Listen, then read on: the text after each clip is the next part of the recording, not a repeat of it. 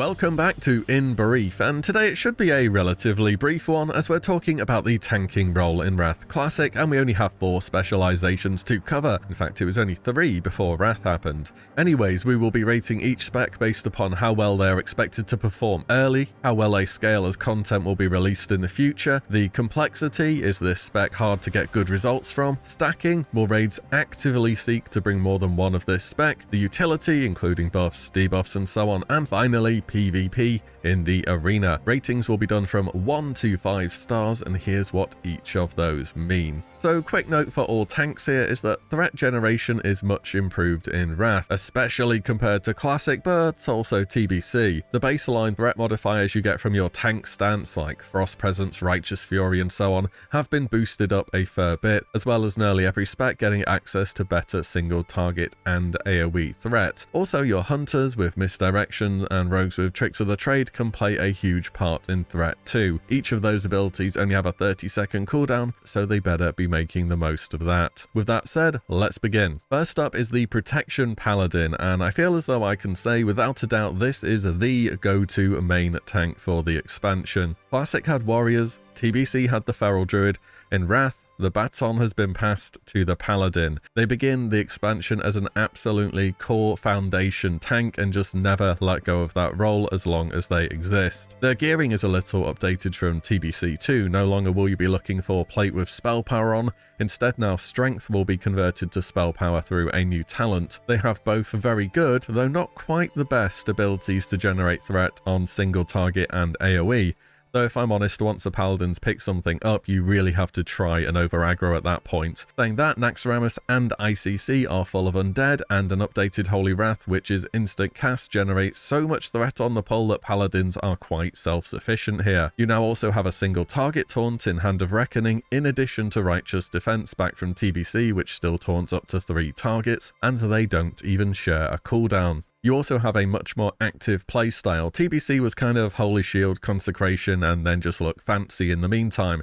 Now you have Avenger's Shield being instant cast, which makes it actually worth using in combat, Shield of the Righteous, a new hard-hitting single target ability, and Hammer of the Righteous for a mix of single target and AoE. Overall, for performance, Prot Pala is just in such a super stacked state that you should expect them to be very popular in this expansion. They are also fairly straightforward to get good results from. As with any role or spec, there is optimization to be done here, but running into a pack and doing so much AoE threat and single target at the same time with your core rotation makes them a simple tank to get good results from. They also don't have nearly as many defensive cooldowns as other tanks too, and get a ton of passive mitigation through their talents. Stacking wise, if there is a single tank which at any point guilds may realistically want more than one of per roster, it is the Prot Paladin. Utility, as per usual with the Paladin, is amazing, with a variety of defensive and offensive buffs. Specific to the protection tree is Divine Guardian, that being a raid-wide 20% damage reduction, as well as Avenger's Shield, now having a silence added onto it, making pulling caster mobs much easier. Oh, and you can't miss out talking about Ardent Defender. This is more or less Rogue's cheat death on a tank. I've said it before and I'll say it again, I don't know how this made it into the game. Any other tank dying at a bad time can more or less instantly wipe you due to follow-up player loss or uncontrolled boss mechanics. Not the Paladin. Finally, protection, as in deep protection, is actually reasonable in PvP as well, having incredible survivability because, you know, it's a tank, respectable damage, a stun through Hammer of Justice, and a silence on Avenger's Shield. I wouldn't be surprised if you see a few of them in arena-based content. Next up, Protection Warrior. So Protection gets a fairly poor reputation in Wrath, actually, but they can certainly do some things which other tanks can't. It's just for raiding the majority of the time, you only need a couple tanks, which makes those choices very important, and people trend towards picking what is the best. That being said, all content will definitely be cleared with Prot Warriors. Perhaps though it won't be quite as smooth of a ride as it could have been with other tanks. Just be aware of that. On the positive side for Warriors in terms of early game performance and scaling is that their AoE threat is just unmatched. Prot Warriors are without a doubt the best dungeon tank in the game. Yes, better than Prot Paladins. I know that's kind of weird to say seeing how things are in TBC at the moment. Revenge auto cleaves for a ton of damage, Shockwave hits hard, stuns and is on a short cooldown. You can Glyph Cleave to hit an extra target. Thunderclap really does damage now, and more importantly, its target cap has been removed and it can crit. So when you spec into deep wounds in the arms tree, you thunderclap and it crits on targets, you're generating an absolutely enormous amount of AoE threat. This takes Warrior on AoE from having to sweat and tab spam Devastate to run in, press thunderclap and shockwave, and that's the AoE sorted. Next pack please. Also, Blizzard are planning to buff dungeon content later in Wrath to keep it more relevant as time goes on. That is only ever a good thing for Prot Warriors who excel in this area of content. So that is good and all. What are the negatives? Well, the reason they're the best in dungeons is due to their AoE threat, and their single target is still good enough. The problem is in raids, some bosses hit rather hard, and Prot Warriors kind of missed the memo about survivability this expansion and went all in on damage. Seriously, why do so many of the core Prot Warrior talents only increase their damage? Shield Block was also changed from a short cooldown ability to a much more longer one too, leaving warriors in a place where they often take more damage spikes than other tanks would. I put the complexity up a bit too because of this. Prot Warriors need to be a little more on the ball with planning cooldowns and keeping all their abilities rolling at the same time. In dungeons it's pretty simple, you just spam your AoE and don't have to worry too much, but in raids things can get a bit tricky. Stacking isn't likely to happen, not only because, well, there's just not many reasons to be honest, but an important part of Prot Warriors threat generation is not only dealing damage, but taking damage to generate rage. They kind of need to main tank, and that means you're competing with Prot Paladin, which in Wrath is a pretty difficult thing to do. Utility is good, however. They are the most mobile tank, being able to charge, intercept, or intervene without having to leave defensive stance thanks to a new talent. They have improved Thunderclap, Demo Shout, Sunder, Vigilance to reduce damage taken on a raid member and increase your threat a little bit. You can talent into a Blanket Silence on your Interrupt and Heroic Throw. You have an AoE stun in Shockwave, a single target stun in Concussive Blow, and Shield Wall has been lowered to a 5-minute cooldown and reduces damage by 60%.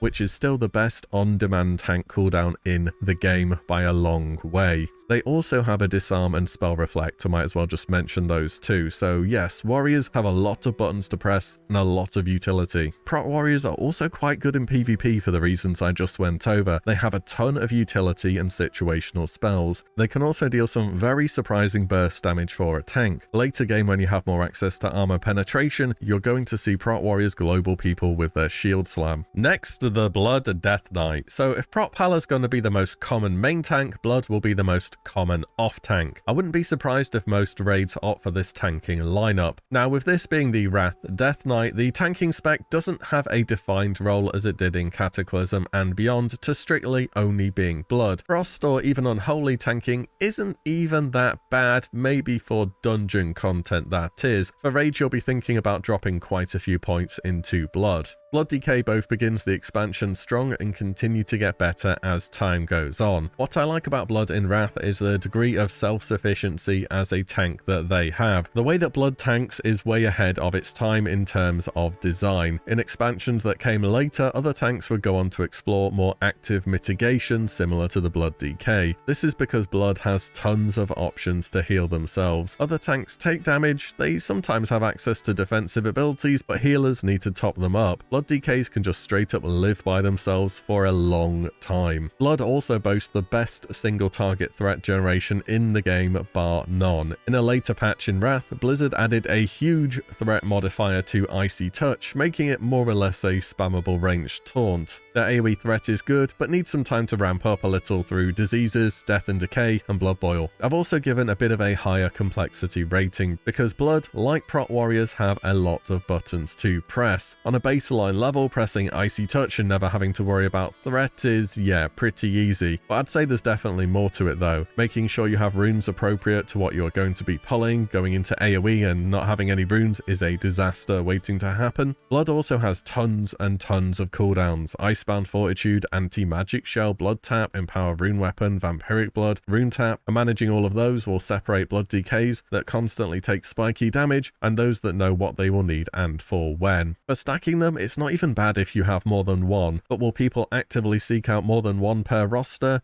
I don't see it happening. Blood DK is a utility powerhouse. This is a big part of the reason why they fill the off-tank role so well. They can spec into two important raid buffs, those being 10% attack power and 20% melee haste. They have a combat res, a silence and strangulate death grip to quickly reposition any mob right into the death ball, and unholy frenzy to significantly buff one of your physical damage dealers. This makes Blood very valuable whether they are actively tanking or not. As for PvP, they are very annoying, but they don't really do any damage to pose an actual threat. They do take forever to deal with though, so you'll probably see a few in Battlegrounds. Which means finally we have the feral tanks. They were super powerful throughout the whole of TBC. How are things in Wrath? Well, they're not as good, if I'm being honest. It's a similar situation to what I said about Warriors though. People will clear the content with this spec, it'll just be not as easy as with other options. They start off having a rougher time than other tanks do, and the problem isn't necessarily down to survivability. Bears have always been known for having huge health bars, and that remains true in Wrath. It's all about the threat generation. Both on single target and AoE, it's just weaker than what other tanks are able to pull off. Every single other tank got new buttons to press in both scenarios. Ferals are still over here mangling and swiping. In fact, swipe is all they really have going for them on consistent AoE. Sure, you can press Berserk, which makes them god tier on 3 targets when that's up, but that's your big 3-minute cooldown. For AoE, bears feel like they are just missing something and needed another button to press here. They do scale up quite well in terms of survivability though, and if you can say one thing about feral tanks is that at least their damage intake is more consistent than others, and they have powerful cooldowns in Bark Skin and Survival Instincts. Complexity wise, I've gone for an average score here. The reason why is because despite single target being very simple to pull off, on AoE you're going to have to be spamming swipe and then tabbing between targets and mauling or mangling, kind of like how a prot warrior plays in TBC at the moment. So I think it kind of goes without saying, but you won't exactly be looking to stack feral tanks either. On utility, they have a number of things going for them. Your standard Druid Innovate, Battle Res, 5% physical crit, 30% bleed damage, the 20% attack speed debuff, and more, which sounds nice, but chances are that another class is already doing one of these and has an easier time doing them. Also, Feral Cat DPS can do most of those things too as standard gameplay. Feral Tank also for the most part competes for the off-tank spot with Blood DKs, who can just do more if I'm being honest. The one saving grace that Feral can do better than any other off-tank is actually contribute some damage to the raid themselves. But different from TBC, there are more talents tailored towards actually focusing your spec into a tank or a DPS in Wrath, and you being a tank are missing some of the vital talents that add to Feral DPS. On the PvP side of things, if we're talking about Feral in terms of being a tank and sitting in birth form, just no, they don't do any damage. They have less CC than Cat. There's a whole list of reasons why this isn't a thing. If you see Feral in PvP, they'll be playing Cat and using birth form as a defensive cooldown. And that is all of the tanks covered. Again, those are my impressions of the specializations with trying to keep things realistic. People will definitely clear all the content with all 4 of these specs, just some of them have a bit more going for them. That's everything though. Thank you all so much for watching and listening in, and I shall see you all in the next one very soon.